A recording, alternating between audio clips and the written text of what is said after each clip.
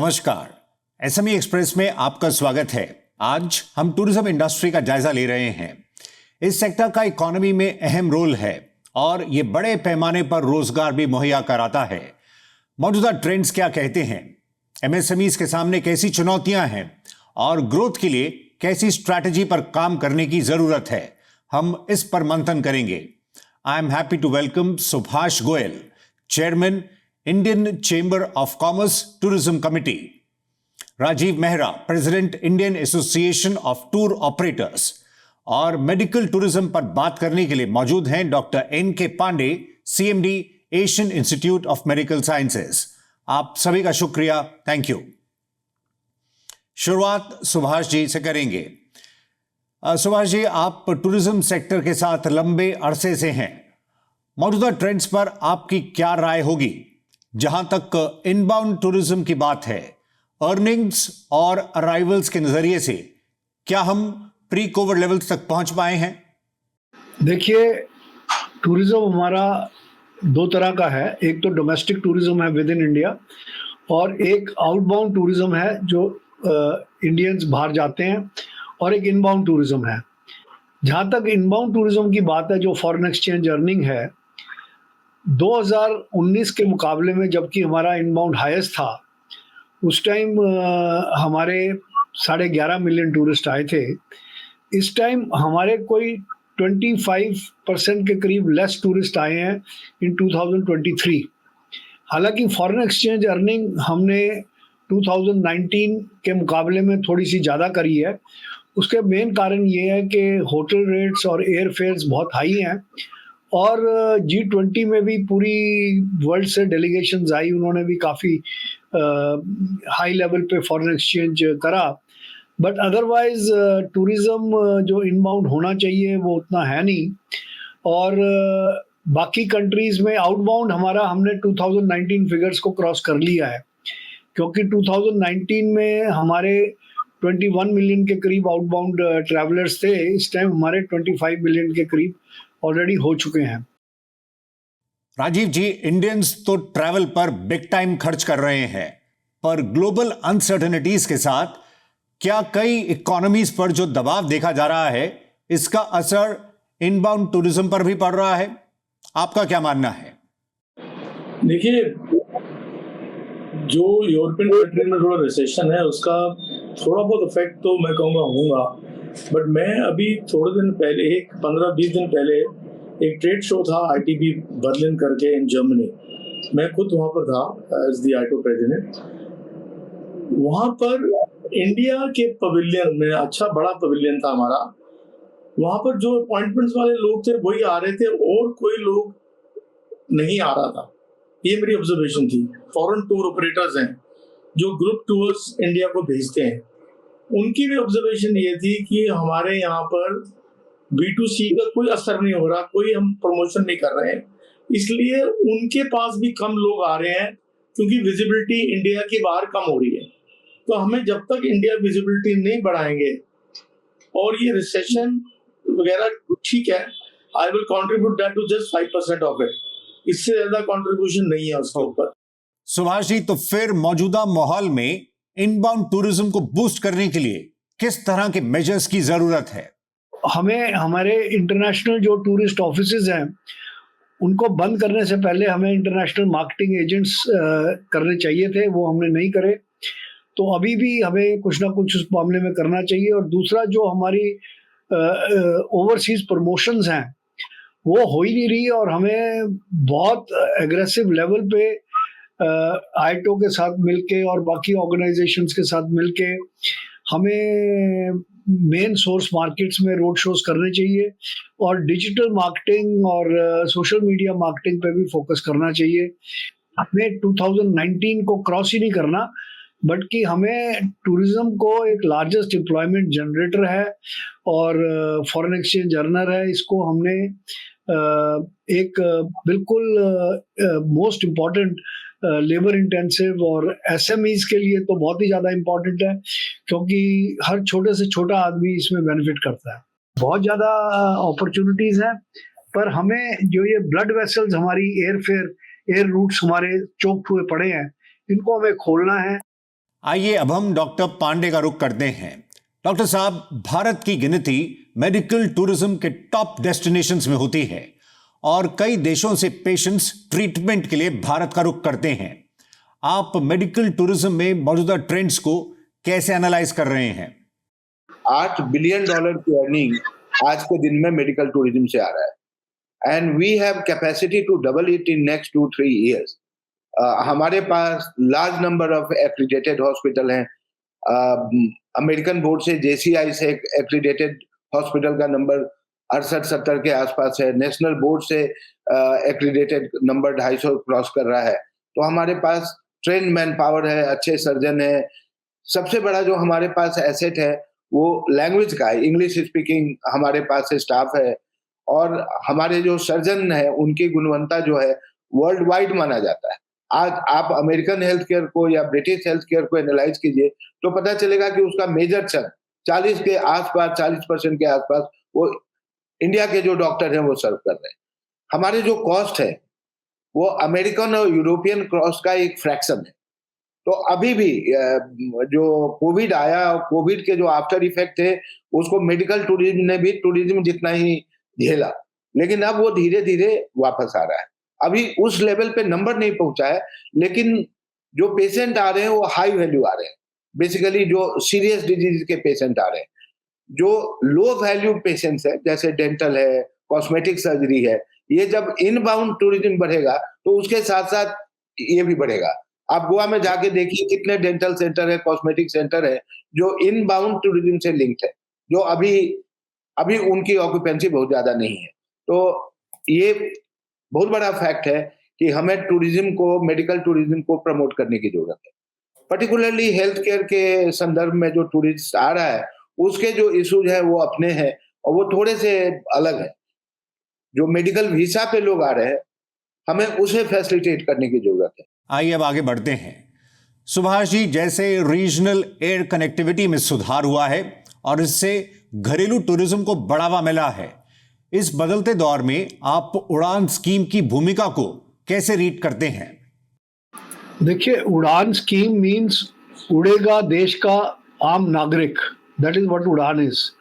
इसका ऑब्जेक्टिव बहुत सक्सेसफुल हुआ है क्योंकि इससे पहले जितनी भी एयरलाइंस हैं वो मेजर मेट्रोज में ऑपरेट करती थी और जो रिमोट एरियाज हैं, जो छोटे सेकेंडरी थर्ड सिटीज़ हैं, वहाँ पर कोई फ्लाइट नहीं थी, कोई कनेक्टिविटी नहीं थी। तो गवर्नमेंट ने क्या करा है, ये उड़ान 4 स्कीम अभी शुरू हुई है। ये पहले उड़ान 1, उड़ान 2, उड़ान 3 बहुत सक्सेसफुल रही हैं और कम से कम 200 से 800 किलोमीटर तक की रेंज में इन्होंने काफ़ी सब्सिडीज़ दी हैं। ये सब्सिडीज़ 3 साल के लिए देते हैं एयरलाइंस को, हिली एरियाज़ में, आइसोलेटेड एरियाज़ में और जो सिक्योरिटी सेंसिटिव एरियाज़ हैं उन एरियाज़ में, और जो फार फ्लंग एरियाज़ हैं नॉर्थ ईस्ट के, साउथ वेस्ट के, वहाँ पर वो बहुत इम्पॉर्टेंट है क्योंकि वो बेस है। और जब कोविड के इमीडिएटली बाद और कोविड के टाइम पे भी हमारा रिलीजियस और डोमेस्टिक टूरिज्म ने ही थोड़ा बहुत हम लोगों को सस्टेन करा है। और अदरवाइज इनबाउंड टूरिज्म में जितने लोग डिपेंडेंट थे, जैसे फॉरेन टूरिस्ट गाइड्स हैं या फॉरेन बस ऑपरेटर्स थे या हमारे इनबाउंड टूर ऑपरेटर्स थे, तो कई लोग बैंकरप्ट हो गए और बहुत डिफिकल्ट फेज से लोग निकले हैं। वहीं सुभाष जी, स्पिरिचुअल टूरिज्म में जो हलचल हो रही है और इसमें जिस तरह का पोटेंशियल है, उसके क्या मायने हैं टूरिज्म सेक्टर के लिए? वहीं एनआरआईज का भी काफी इंटरेस्ट देखा जा रहा है। क्या आने वाले दिन काफी एक्साइटिंग रहने वाले हैं? ये बहुत ही जबरदस्त डेवलपमेंट है और अयोध्या के बाद तो एक तरीके से जैसे स्पिरिचुअल टूरिज्म का रेवोल्यूशन हो गया है। इतनी डिमांड है स्पिरिचुअल टूरिज्म की कि आज हमारे ग्रुप्स आना चाहते हैं पर अयोध्या में होटल अकोमोडेशन नहीं है, तो फिर भी कई लोग लखनऊ रह के डे ट्रिप कर रहे हैं और वाराणसी में भी और इलाहाबाद में भी टूरिज्म बढ़ गया है और बाकी भी जितनी स्पिरिचुअल टूरिज्म की साइट्स हैं वहाँ पर बहुत ज़्यादा इंक्रीज है। देखिए, तो India is the Holi land, यहाँ पर इतना स्कोप है रिलीजियस और स्पिरिचुअल टूरिज्म का। सिर्फ इंटरनेशनल इनबाउंड के लिए नहीं, इवन डोमेस्टिक टूरिस्ट में, और एनआरआईज का तो होल्ड लगा हुआ है। और हमें लार्ज स्केल पे हमें ओपन स्काई करना पड़ेगा, क्योंकि एयर फेयर जो हैं 2019 में जो किराया 60-70 हज़ार रुपए का था return ticket from America to India और इंडिया टू अमेरिका, वो इस टाइम 1.5-2 लाख का हो गया है। तो इस सिचुएशन में डिमांड एंड सप्लाई है, हमें सप्लाई भरनी पड़ेगी।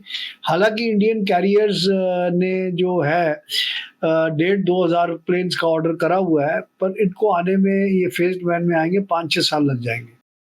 डॉक्टर पांडे, जैसे आप बता रहे थे कि ग्लोबल पेशेंट्स को जहां भारत में हाई क्वालिटी हेल्थ केयर काफी अफोर्डेबल प्राइजेस पर मिल जाती है, वहीं यह भी देखा जाता है कि भारत में वेटिंग टाइम भी ज्यादा नहीं है, जो उन पेशेंट्स को अट्रैक्ट करता है।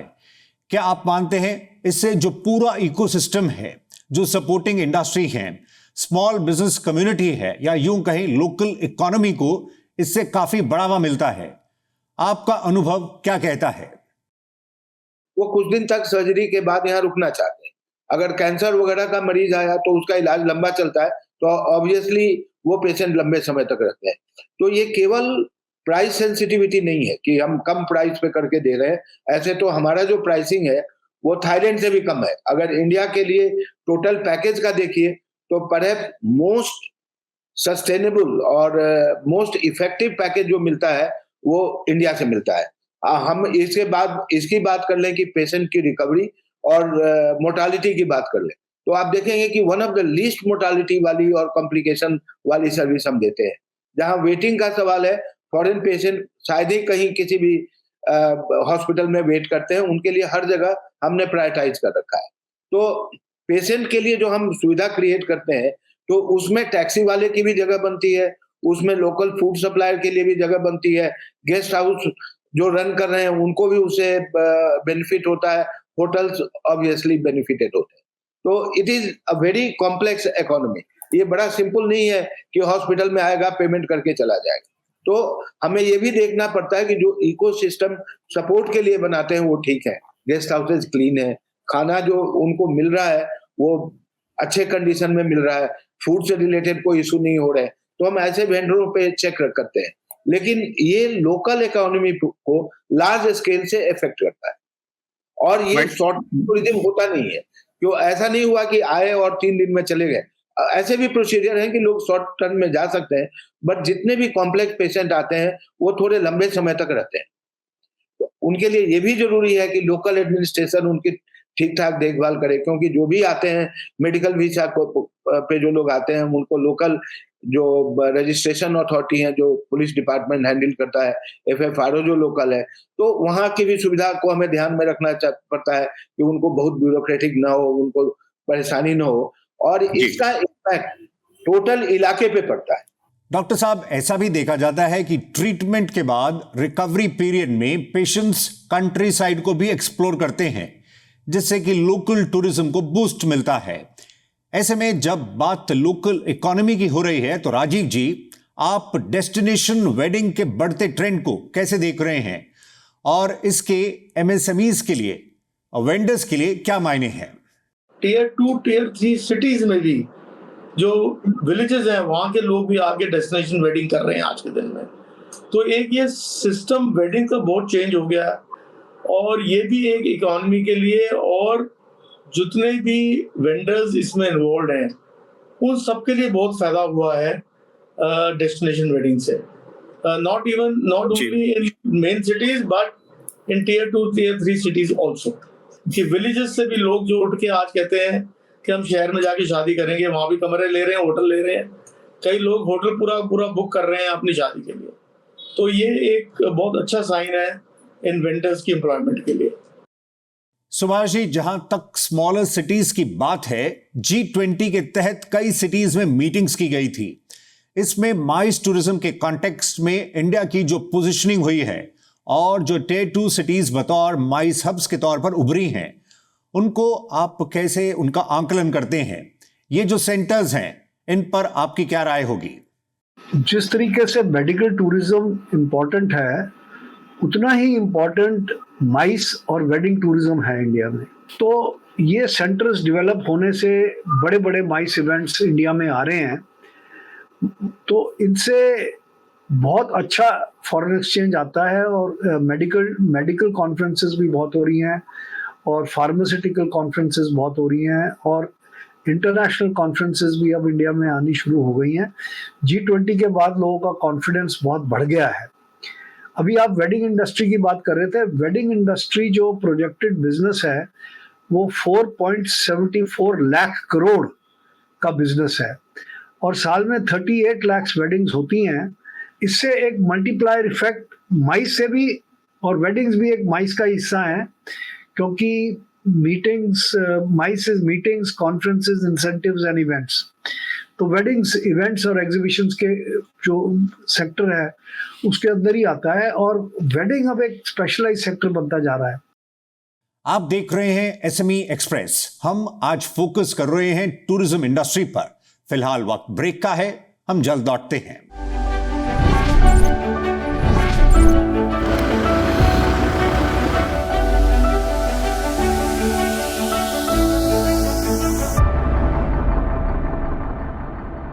आप देख रहे हैं एसएमई एक्सप्रेस।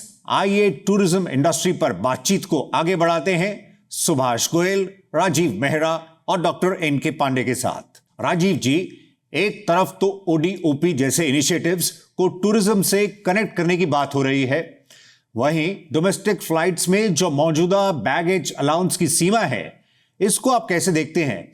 क्या इसके कारण टूरिस्ट डिस्करेज होते हैं जहां तक लोकल प्रोडक्ट्स की खरीदारी की बात है, क्योंकि उन्हें फिर इसके कारण एडिशनल चार्ज देना पड़ता है?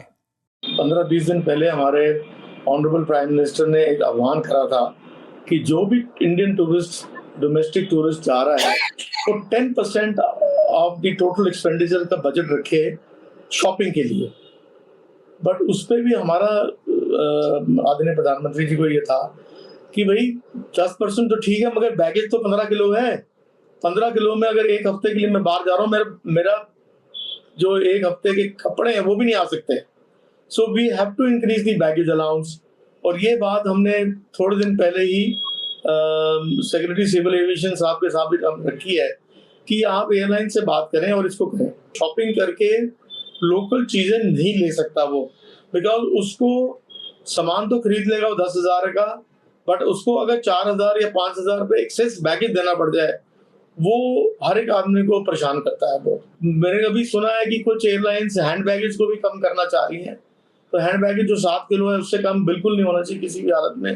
डॉक्टर पांडे, मेडिकल टूरिज्म में जैसे कई संभावनाएं हैं और स्पेस में एडवांटेज इंडिया है, क्या इस मोर्चे पर आप कोई और सुझाव भी देना चाहेंगे?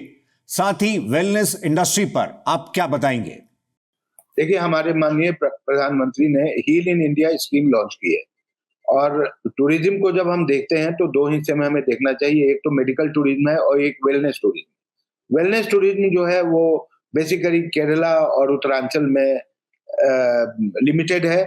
इसको और भी एरिया में हम ले जा सकते हैं और वेलनेस टूरिज्म भी डॉलर के वैल्यू में देखें तो बहुत बड़ा वैल्यू है। तो उस वेलनेस टूरिज्म को हम हेल्थ के वेलबींग से जोड़ के उसको प्रमोट कर सकते हैं और उसमें आयुर्वेद, यूनानी और सिद्धा और योगा, ये सारी चीजों को जोड़ सकते हैं जो इंडिया की देन है और उसको हम प्रमोट कर सकते हैं। हील इन इंडिया के अंतर्गत जहां से भी मेडिकल टूरिस्ट आ रहे हैं, तो मेरी ये सरकार से रिक्वेस्ट है, विनती है कि उनके वीजा प्रोसेसिंग को इजी बनाया जाए। जो मेडिकल टूरिज्म के लिए, जो मेडिकल वीजा के लिए जो लोग अप्लाई करते हैं, वो ऐसा है कि जैसे स्टॉप क्लॉक जैसा है। अगर कैंसर डिटेक्ट हुआ है तो वो लंबे समय तक इंतजार नहीं कर सकते कि हमें वीजा मिले तो जाए, अदरवाइज वो अल्टरनेटिव ढूंढने लगते हैं। इसके अलावा हॉस्पिटल जो हैं वो अलग से प्रोविजन, मोस्ट ऑफ द अच्छे हॉस्पिटल है वो बना के रखें। बाकी जो मेडिकल टूरिज्म को हैंडल करना चाहते हैं उसमें IT इंफ्रास्ट्रक्चर को सुधारा जा सकता है और बाकी जितने भी हॉस्पिटल है हम एक प्लेटफॉर्म पे जुड़ सकते हैं जिससे डाटा शेयर हो, पेशेंट के इंफॉर्मेशन शेयर हो, या वो डाटा शेयर पेशेंट के कंट्री में भी, तो उससे पेशेंट को इजी हो जाता है जब ट्रेवल करता है और उसके डॉक्टर को ये पता होता है कि पेशेंट को क्या किया जा रहा है और क्या फॉलोअप में हम कैसे उसको देख सकते हैं। अब बाद में जो फॉलोअप है, पेशेंट चला गया तो उसको हम फिर टेलीकम्युनिकेशन पे जाके टेली कंसल्टेशन वगैरह ऐड कर सकते हैं, तो जो इस सेक्शन ऑफ टूरिज्म को ज्यादा अट्रैक्टिव बना सकते हैं। सुभाष जी, लास्ट वर्ड आपसे लेते हैं। बदलते दौर में नए तरह के हुनर की भी बात है, ऐसे में स्किल डेवलपमेंट पर आपकी राय? नहीं, देखिए, भारत सरकार की जो स्किल डेवलपमेंट स्कीम है और टूरिज्म स्किल डेवलपमेंट काउंसिल भी बनी हुई है, मैंने अभी पीछे इसकी मीटिंग अटेंड करी थी, तो हम हज़ारों लोगों को ट्रेनिंग दे रहे हैं और इसमें मोस्टली जो सॉफ्ट स्किल्स हैं, जैसे हॉस्पिटल में जो हॉस्पिटैलिटी की हमारी ट्रेनिंग है, हाउस कीपिंग की, इसकी उसकी, वो भी हॉस्पिटल्स में काम भी आ रही है। मेक इन इंडिया प्रोग्राम से हमारा मैन्युफैक्चरिंग भी बढ़ेगी और हमारी स्किल डेवलपमेंट्स जो हैं और इंडियन स्किल्स आज वर्ल्ड में मानी गई हैं और हम पूरी वर्ल्ड को मैन पावर सप्लाई करेंगे। एसएमई एक्सप्रेस में अभी के लिए इतना ही। टूरिज्म इंडस्ट्री पर इस सेशन में पार्टिसिपेट करने के लिए Subhash Goyal, chairman Indian chamber of commerce tourism committee, Rajiv Mehra, president Indian association of tour operators, और doctor N K. Pandey, CMD, Asian institute of medical sciences, आप सभी का शुक्रिया, थैंक यू। अगले सेशन में हम नई थीम के साथ आपसे मुलाकात करेंगे। फिलहाल नमस्कार।